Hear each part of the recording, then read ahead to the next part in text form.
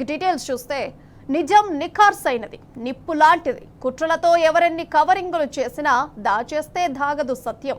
Double bedroom ఇండ్లు అనేవి తెలంగాణ తొలి ముఖ్యమంత్రి కేసీఆర్ తన విశాల హృదయంతో పేదల కోసం సువిశాలంగా నిర్మించిన బృందావనాలు. ఎవరైనా సరే ఆ నిజాన్ని ఒప్పుకోవాల్సిందే. ఇప్పుడు కాంగ్రెస్ ప్రభుత్వం ఆర్భాటంగా పంచుతున్న డబుల్ బెడ్రూమ్ ఇండ్లన్నీ బీఆర్ఎస్ పాలనలో కట్టినవే. ఆ మాటను స్వయంగా వరంగల్ వెస్ట్ కాంగ్రెస్ ఎమ్మెల్యే నాయని రాజేందర్ రెడ్డి అంగీకరించారు. డబుల్ బెడ్రూమ్ ఇండ్లన్నీ కేసీఆర్ కట్టించినవే, కాదనేది లేదని సభాముఖంగా చెప్పారు ఆయన. దానికి మించి మా ప్రభుత్వం ఇంకేదో చేస్తుందని అనుకోవడానికి కూడా లేదన్నారు రాజేందర్ రెడ్డి. హన్మకొండ జిల్లా కలెక్టర్ స్నేహ శబరీష్ కూడా అదే మాట చెప్పారు. 2015 నుంచి 19 మధ్య కేసీఆర్ పాలనలోనే డబుల్ బెడ్రూమ్ ఇండ్లు నిర్మించినట్టు సభలో వెల్లడించారు కలెక్టర్.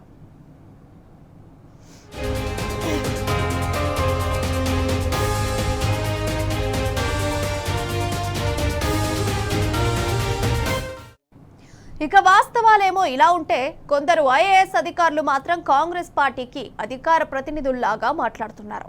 గత బీఆర్ఎస్ ప్రభుత్వం అసలు ఏమీ చేయలేదన్నట్టుగా హరిచందన, డిఎస్ చౌహాన్ లాంటి ఐఏఎస్ అధికారులు ప్రజల్లోకి తప్పుడు సంకేతాలు పంపుతున్నారు. గత ప్రభుత్వం 6 లక్షలకు పైగా రేషన్ కార్డులు ఇస్తే లెక్కలను తారుమారు చేసి ప్రజలను మభ్యపెడుతున్నారు. ఇది కరెక్టేనా? పాలకులకు భయపడి ఇలా విష ప్రచారం చేయొచ్చునా అని ప్రశ్నిస్తోంది తెలంగాణ సమాజం. ఇవాళ వాస్తవాన్ని చెప్పాలంటే ఇవి కట్టించినవన్నీ కూడా టీఆర్ఎస్ ప్రభుత్వమే, దానికి కాదు అని మేము అనట్లే. వారు కట్టిన దాన్ని మేము ఏదో చేస్తామని అనుకోవట్లే. ఇవాళ వాస్తవాన్ని చెప్పాలంటే ఇవి కట్టించినవన్నీ కూడా టీఆర్ఎస్ ప్రభుత్వమే, దానికి కాదు అని మేము అనట్లే. వారు కట్టిన దాన్ని మేము ఏదో చేస్తామని అనుకోవట్లే. ఇవాళ వాస్తవాన్ని చెప్పాలంటే ఇవి కట్టించినవన్నీ కూడా టీఆర్ఎస్ ప్రభుత్వమే, దానికి కాదు అని మేము అనట్లే. వారు కట్టిన దాన్ని మేము ఏదో చేస్తామని అనుకోవట్లే. ఇవాళ వాస్తవాన్ని చెప్పాలంటే ఇవి కట్టించినవన్నీ కూడా టీఆర్ఎస్ ప్రభుత్వమే, దానికి కాదు అని మేము అనట్లే. వారు కట్టిన దాన్ని మేము ఏదో చేస్తామని అనుకోవట్లే. మీకు అందరికీ తెలిసిందే, అంబేద్కర్ నగర్ 2 BHK కన్స్ట్రక్షన్ అన్నది మనము 2015లో మొదలు పెట్టుకున్నాము. 2019లో కంప్లీట్ అయింది. టోటల్ అక్కడ 592 ఇళ్ళు కంప్లీట్ చేసుకున్నాము. మీకు అందరికీ తెలిసిందే, అంబేద్కర్ నగర్ 2 BHK కన్స్ట్రక్షన్ అన్నది మనము 2015లో మొదలు పెట్టుకున్నాము. 2019లో కంప్లీట్ అయింది. టోటల్ అక్కడ 592 ఇళ్ళు కంప్లీట్ చేసుకున్నాము. నిజం నిఖార్సైంది, నిప్పు లాంటిది. కుట్రలతో ఎవరెన్ని కవరింగులు చేసినా దాచేస్తే దాగదు సత్యం. డబుల్ బెడ్రూమ్ ఇండ్లు అనేవి తెలంగాణ తొలి ముఖ్యమంత్రి కేసీఆర్ తన విశాల హృదయంతో పేదల కోసం సువిశాలంగా నిర్మించిన బృందావనాలు. ఎవరైనా సరే ఆ నిజాన్ని ఒప్పుకోవాల్సిందే. ఇప్పుడు కాంగ్రెస్ ప్రభుత్వం ఆర్భాటంగా పంచుతున్న డబుల్ బెడ్రూమ్ ఇండ్లన్నీ బీఆర్ఎస్ పాలనలో కట్టినవే. ఆ మాటను స్వయంగా వరంగల్ వెస్ట్ కాంగ్రెస్ ఎమ్మెల్యే నాయని రాజేందర్ రెడ్డి అంగీకరించారు. డబుల్ బెడ్రూమ్ ఇండ్లన్నీ కేసీఆర్ కట్టించినవే, కాదనేది లేదని సభాముఖంగా కూడా చెప్పారు ఆయన. దానికి మించి మా ప్రభుత్వం ఇంకేదో చేస్తుందని అనుకోవడానికి కూడా లేదన్నారు రాజేందర్ రెడ్డి. హన్మకొండ జిల్లా కలెక్టర్ స్నేహ శబరీష్ కూడా అదే మాట చెప్పారు. 2015 నుంచి 19 మధ్య కేసీఆర్ పాలనలోనే డబుల్ బెడ్రూమ్ ఇండ్లు నిర్మించినట్టు సభలో వెల్లడించారు కలెక్టర్. ఇవాళ వాస్తవాన్ని చెప్పాలంటే ఇవి కట్టించినవన్నీ కూడా టీఆర్ఎస్ ప్రభుత్వమే, దానికి కాదు అని మేము అనట్లే. వారు కట్టిన దాన్ని మేము ఏదో చేస్తామని అనుకోవట్లే. ఇవాళ వాస్తవాన్ని చెప్పాలంటే ఇవి కట్టించినవన్నీ కూడా టీఆర్ఎస్ ప్రభుత్వమే, దానికి కాదు అని మేము అనట్లే. వారు కట్టిన దాన్ని మేము ఏదో చేస్తామని అనుకోవట్లే. మీకు అందరికీ తెలిసిందే, అంబేద్కర్ నగర్ 2 BHK కన్స్ట్రక్షన్ అన్నది మనము 2015లో మొదలు పెట్టుకున్నాము. 2019లో కంప్లీట్ అయింది. టోటల్ అక్కడ 592 ఇళ్ళు కంప్లీట్ చేసుకున్నాము. ఇవాళ వాస్తవాన్ని చెప్పాలంటే ఇవి కట్టించినవన్నీ కూడా టీఆర్ఎస్ ప్రభుత్వమే, దానికి కాదు అని మేము అనట్లే. వారు కట్టిన దాన్ని మేము ఏదో చేస్తామని అనుకోవట్లే. ఇవాళ వాస్తవాన్ని చెప్పాలంటే ఇవి కట్టించినవన్నీ కూడా టీఆర్ఎస్ ప్రభుత్వమే, దానికి కాదు అని మేము అనట్లే. వారు కట్టిన దాన్ని మేము ఏదో చేస్తామని అనుకోవట్లే. మీకు అందరికీ తెలిసిందే, అంబేద్కర్ నగర్ 2 BHK కన్స్ట్రక్షన్ అన్నది మనము 2015లో మొదలు పెట్టుకున్నాము. 2019లో కంప్లీట్ అయింది. టోటల్ అక్కడ 592 ఇళ్ళు కంప్లీట్ చేసుకున్నాము. ఇక ఈ అంశానికి సంబంధించిన సమాచారం మా ప్రతినిధి రవికాంత్ ఫోన్ లైన్ ద్వారా అందిస్తారు. అయితే రవికాంత్ చెప్పండి, already Congress MLA Rajender Reddy, collector Sneha Sabarish కూడా డబుల్ బెడ్రూమ్ల గురించి చెప్పడం జరిగింది. టీఆర్ఎస్ ప్రభుత్వంలో కట్టినవని, దీని గురించి పూర్తి డీటెయిల్స్ ఏంటి? పూర్తి స్థాయిలో అది బీఆర్ఎస్ హయాంలో కట్టింది. కేసీఆర్ ముఖ్యమంత్రిగా ఉన్నటువంటి సమయంలో కట్టిన విషయం అందరికీ తెలిసిందే. అదే మాట ఇటు ఎమ్మెల్యే నాయన్ రాజేందర్ రెడ్డి నోట, జిల్లా కలెక్టర్ గా ఉన్న స్నేహా శబరీష్ నోట విన్న సందర్భం అయితే మనం చూస్తా ఉన్నాము.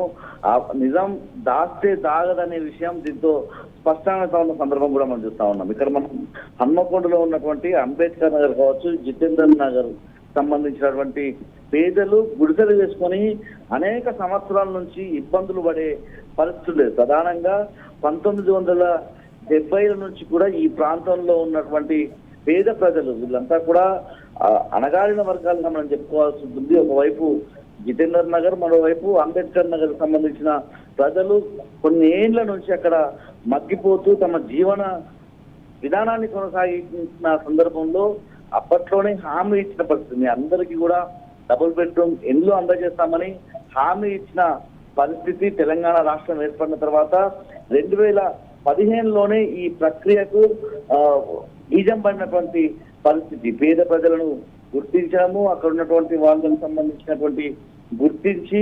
7.09 గుంటలకు సంబంధించినటువంటి స్థలం ఇదంతా కూడా 77.21 కోట్లతో ఆ స్థలానికి సంబంధించి కావచ్చు, అక్కడ నిర్మాణాలకు సంబంధించి కేటాయించిన సందర్భం 592 ఇండ్లను కట్టినటువంటి పరిస్థితి.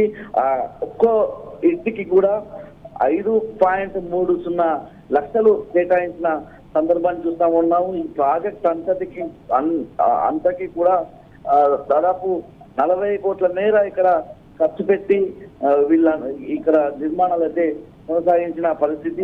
ప్రజెంట్ ఇక్కడ దీనికి సంబంధించినటువంటి లబ్ధిదారుల ఎంపిక కూడా గతంలోనూ జరిగిన పరిస్థితి. 2015 నుంచి 19 వరకు కట్టినటువంటి ఈ ఇల్లు బీఆర్ఎస్ హయాంలో కేసీఆర్ గారి సారథ్యంలో ఇక్కడ ప్రభుత్వ చీఫ్ విప్ మాజీ చీఫ్ విప్ దాస్య వినయ్ భాస్కర్ ఎమ్మెల్యేగా ఉన్నప్పుడే కట్టామన్నటువంటి విషయాన్ని ఒప్పుకోక తప్పని పరిస్థితి. వాస్తవంగా ఈ ఇళ్లను బీఆర్ఎస్ కట్టిందని ఎమ్మెల్యే నాయన్ రాజేందర్ రెడ్డి ఒప్పుకుంటున్న సందర్భాన్ని కూడా మనం చూస్తా ఉన్నాం. పూర్తి స్థాయిలో ఎట్టకేలకు అక్కడ ఉన్నటువంటి లబ్ధిదారులకైతే ఇచ్చిన పరిస్థితి మనకు కనిపిస్తా ఉంది. మరోవైపు ఇక్కడ ఉన్నటువంటి లబ్ధిదారుల ఎంపికలు అవకతవకలు జరిగాయి, మమ్మల్ని గుర్తించలేదని వాళ్ళ ఉదయం నుంచి కూడా కొంతమంది మహిళలు ఆందోళన వ్యక్తం చేస్తా ఉన్నారు, కన్నీరు కాలుస్తున్న పరిస్థితి కనిపిస్తా ఉంది. ఈ క్రమంలోనే పొంగులేటి శ్రీనివాస్ రెడ్డి, మంత్రి పొంగులేటి శ్రీనివాస్ రెడ్డి ఇక్కడ ఇళ్లకు సంబంధించి ఇనాగ్రేషన్కి వచ్చిన క్రమంలో కొంత గందరగోళం అయితే జరిగింది. ఈ క్రమంలో వాళ్ళను స్థానికంగా ఉండే సుబేదారి పోలీస్ స్టేషన్ కూడా తరలించారు. ప్రధానంగా కట్టినటువంటి ఇండ్లు అంటే బీఆర్ఎస్ హయాంలో కట్టినటువంటి ఇండ్ల పంపిణీలో కూడా పూర్తిగా మళ్ళీ ఒక వివాదంగా చేసే ప్రయత్నంలోనే కాంగ్రెస్ నాయకులు కావచ్చు, ఇక్కడ ఉన్నటువంటి ఎమ్మెల్యే ఉండడం మనం అర్థం. Right Ravikanth, thank you.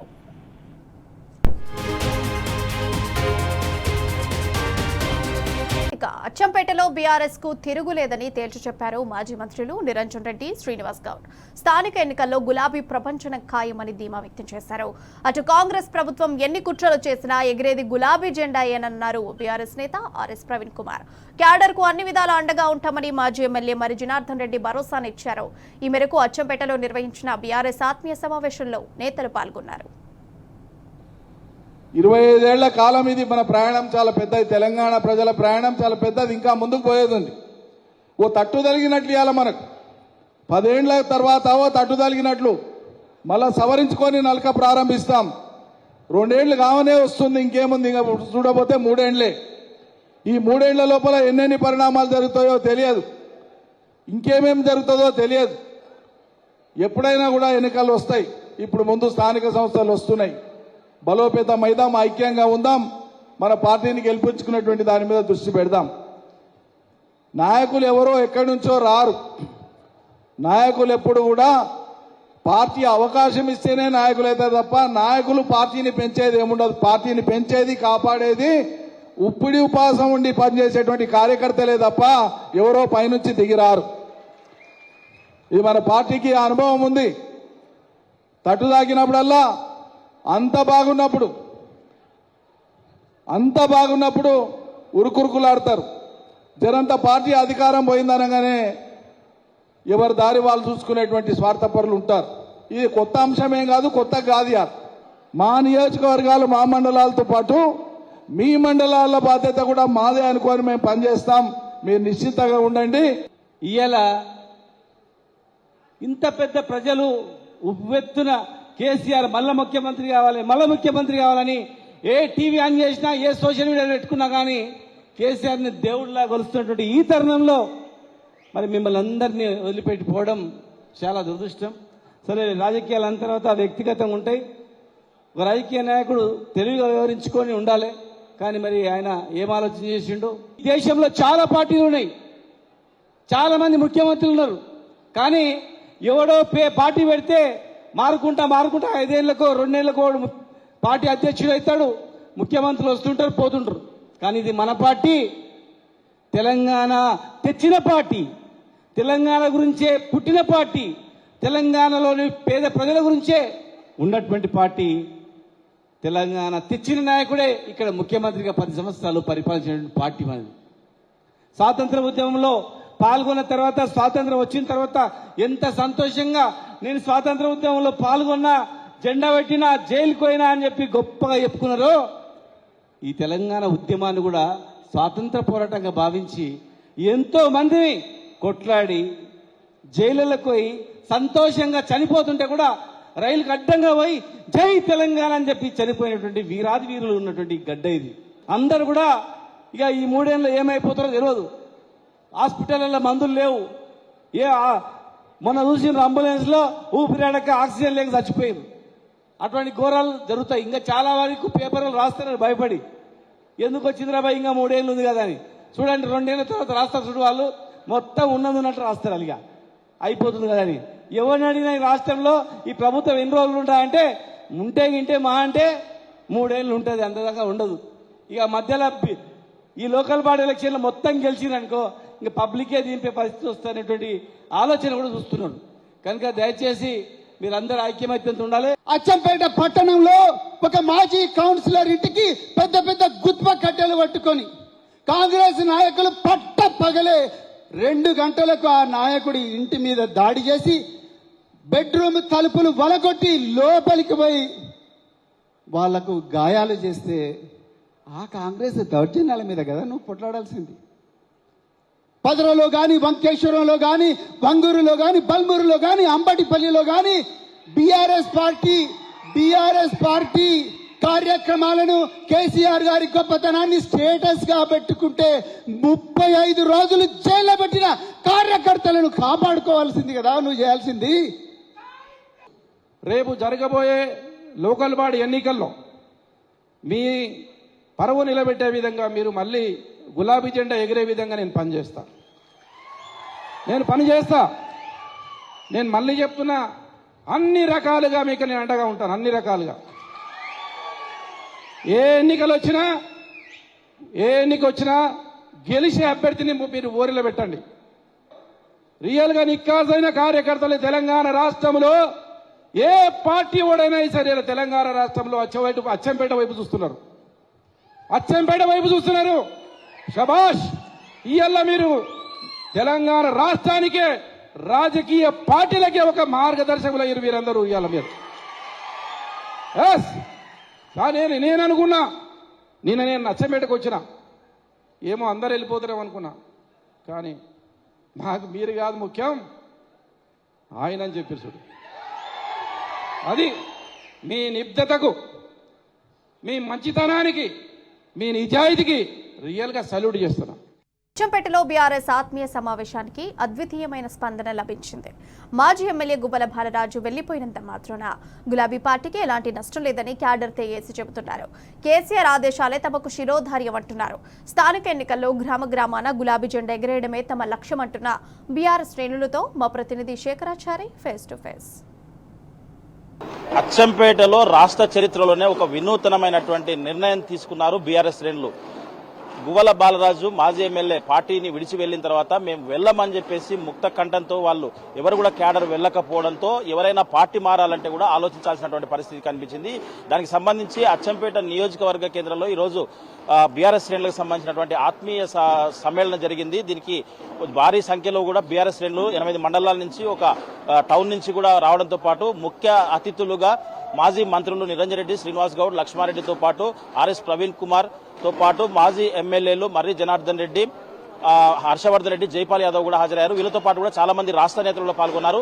ఇక్కడ ఈ సమావేశం జరిగిన తర్వాత ఇక్కడ ఉన్నటువంటి బీఆర్ఎస్ శ్రేణులు కావచ్చు, యువకులు కావచ్చు, ఏం మాట్లాడుకుంటున్నారు అనే విషయం వాళ్ళతో మాట్లాడదాం. చెప్పండి, మీరు ఇప్పటిదాకా సమావేశానికి వచ్చారు అంటే మీ నియోజకవర్గంలో కొత్త పరిణామాలు, ఉన్నటువంటి నాయకుడు పార్టీ విడిచి వెళ్ళిపోయాడు, ఇప్పుడు మీ పరిస్థితి ఏంది, తర్వాత ఈ మీటింగ్ అయిన తర్వాత మీరు ఏం చెప్తారు? మేము ఇప్పటి వరకు స్వచ్ఛందంగా మేము చేసిన ఈ మీటింగ్లలో ఇంత భారీ ఎత్తున పబ్లిక్ వచ్చి మా బాస్ దాంతోపాటు మేము మమ్మల్ని ఆదరించిన పార్టీని నమ్ముకొని ఉన్నాము.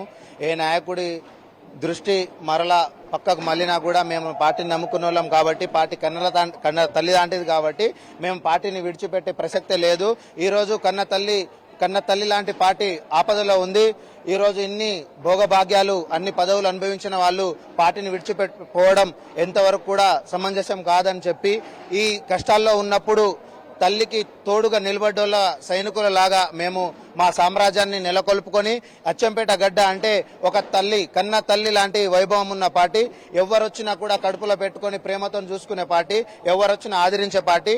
అందుకనే మా నేత, మా కేసీఆర్ గారు, మా బీఆర్ఎస్ పార్టీ ప్రధాన అధినేత ఏ క్యాడర్ని పంపించినా, ఎలాంటి నాయకుడిని పంపించినా మేము కూడా అదే మాదిరిగా అంతకుముందు గతంలో గువ్వల బాలరాజు గారిని 2 సార్లు ఎంత వైభవంగా గెలిపించామో ఇదే మరలా అదే రిపీట్ చేసి 1కి 2 సార్లు 10 పనిచేసి మళ్ళీ అచ్చంపేటను గులాబీమయంగా చేసేంత వరకు, మళ్ళీ అచ్చంపేటను గులాబీమయంగా మార్చేంత వరకు మేము పార్టీని నమ్ముకొని సైనికుల్లాగా పనిచేస్తాము. ఎలాంటి అడుగులు వెనక్కి వేయమని దీనికి రెట్టింపు పనిచేసి మా కార్యకర్తలందరం మేము బలంగా ఉన్నాము. మీరు చెప్పండి, ఇప్పుడు ఉన్నటువంటి రోజు మీటింగ్ లో విన్నారు అంటే వక్తలు, ముఖ్య నాయకులు చెప్పింది, తర్వాత మీకు దీనివల్ల ఏం ఉపయోగమైందంట? ఈరోజు బీఆర్ఎస్ పార్టీ కుటుంబ ఆత్మీయ సమ్మేళనం జరగడానికి కారణం ఏంటంటే, మా మాజీ ఎమ్మెల్యే గారు గువ్వల బాలరాజు సార్ గారు కొన్ని కారణాల చేత ఆయన వెళ్ళిపోవడం జరిగింది. కానీ మేము నాయకులు నమ్ముకొని ఉండలేదు, పార్టీని నమ్ముకొని ఉన్నాం కాబట్టి మేము పార్టీలో పనిచేయదలుచుకున్నాం. కంపల్సరీ మా ఇన్ఛార్జ్, మా నియోజకవర్గానికి ఏ ఇన్ఛార్జ్ వచ్చినా కంపల్సరీ అతని వెన్నంటుండి మేము పనిచేస్తాం, అతన్ని నడిపిస్తాం. బీఆర్ఎస్ పార్టీని బలోపేతం చేయడానికి మేము ఎంతకైనా పోరాడతామని తెలియజేసుకుంటూ ఈ యొక్క సమావేశం సక్సెస్ అయిందని కోరుకుంటున్నాం. రైట్, మీరు చెప్పండి, అంటే చాలా ఏళ్లుగా మీరు పార్టీలో పనిచేస్తా ఉన్నారు, తర్వాత గతంలో పరిస్థితి అంటే ఇప్పుడు వచ్చినటువంటి సమీకరణాల మార్పు ఇది ఎట్లా ఉండబోతుంది? ఈ రోజు ఎటువంటి ధైర్యం చెప్పారు వచ్చిన వాళ్ళు? మేము గత 2007 నుంచి ఉద్యమం నుంచి ఈ టీఆర్ఎస్ పార్టీలో మేము పనిచేయడం జరిగింది. అయితే అప్పటి ఉద్యమాల నుంచి తెలంగాణ సిద్ధించిన కాడి నుండి పార్టీలో ఎలాంటి సమస్యలు వచ్చినా దాంట్లో ఎదుర్కొంటూ ముందుకు పోతున్నాము. మాకు ఎవరు సహకరించినా సహకరించకపోయినా కేసీఆర్ తెచ్చిన జెండా కిందనే మేము పనిచేయడానికి సిద్ధంగా ఉన్నాము. ఈరోజు నాయకులు అంటారు, వస్తుంటారు, పోతుంటారు. అంటే ఈ పార్టీ అనేది ఒక సముద్రం లాంటిది, కొత్త నీళ్లు వస్తుంటే పాత నీళ్లు వెళ్ళిపోతున్నాయి అన్నట్టుగా ఈరోజు గతంలో ఉన్నటువంటి మా మాజీ ఎమ్మెల్యే గారు వెళ్ళిపోయినా ఎక్కడ నిరుత్సాహానికి పడకుండా ప్రతి ఒక్క కార్యకర్త ధైర్యంగా ఉండి ఈరోజు మళ్ళీ గులాబీ జెండాను అచ్చంపేట కాన్స్టిట్యూన్సీ పైన గులాబీ జెండా ఎగిరేస్తామన్నటువంటి ధీమతోని ఈరోజు ఈ ఆత్మీయ కుటుంబ సమ్మేళన సభ ఇంత పెద్ద ఎత్తున జరిగిందంటే అసలు కార్యకర్తల లోపల ఎంత పట్టుదల ఉన్నదో ఈరోజు వెళ్ళిపోయినటువంటి మాజీ ఎమ్మెల్యే గారు కావచ్చు, ఇక్కడ ఉన్నటువంటి ఆల్ పార్టీస్ కూడా గుర్తించాలని చెప్పి మేము తెలియజేయడం జరుగుతుంది. మొత్తంగా చూసినట్టయితే ఇక్కడ ఆత్మీయ కుటుంబ సమ్మేళనం ఏదైతే జరిగిందో దానికంతా కూడా స్వచ్ఛందంగా తరలి వచ్చామని చెప్పేసి, మాకు పార్టీ మీద అభిమానం ఉంది కానీ నాయకులు వస్తుంటారు, పోతుంటారు. రాబోయే రోజుల్లో కేసీఆర్ గారు ఏది ఆదేశిస్తే ఇక్కడ అది అమలు చేసేందుకు బీఆర్ఎస్ క్యాడర్ అంతా కూడా సిద్ధంగా ఉన్నామని చెప్పేసి, స్థానిక సంస్థల ఎన్నికల్లో కూడా పూర్తి స్థాయిలో ప్రతి గ్రామాన కూడా గులాబీ జెండా ఎగరవేయడానికి సిద్ధంగా ఉన్నామని చెప్పేసి కూడా అచ్చంపేటకు సంబంధించినటువంటి బీఆర్ఎస్ శ్రేణులు ముక్త కంఠంతో చెప్తున్న పరిస్థితి కనిపిస్తూ ఉంది. వీడియో జర్నలిస్ట్ రామకృష్ణతో శేఖరాచారి, టీ న్యూస్, అచ్చంపేట నుంచి. ఇక యాదాద్రి భువనగిరి జిల్లా చౌటుప్పల్ మండలం నేలపట్ల పరిధిలో పెళ్లి కోసం వెళ్తున్న కారు వరద నీటిలో చిక్కుకొని కొట్టుకొని పోయింది. కారులో 5గురు ప్రయాణికులున్నారు. వీరంతా వలిగొండ మండలం వరకట్పల్లిలోని వివాహానికి హాజరవ్వడానికి వెళ్తుండగా ఈ ఘటన జరిగింది. రోడ్డుపై వరద నీరు ప్రవహిస్తూ కారు వరద నీటిలో కొట్టుకుపోయింది. కారులో ఉన్నవారు వెంటనే స్పందించి డోర్లు తీసేసుకుని ప్రాణాలతో బయటపడ్డారు. కారులో ఉన్న బంగారం వస్త్రాలు, ల్యాప్టాప్లు తాడు సహాయంతో వరదలోకి దిగి తీసుకున్నారు.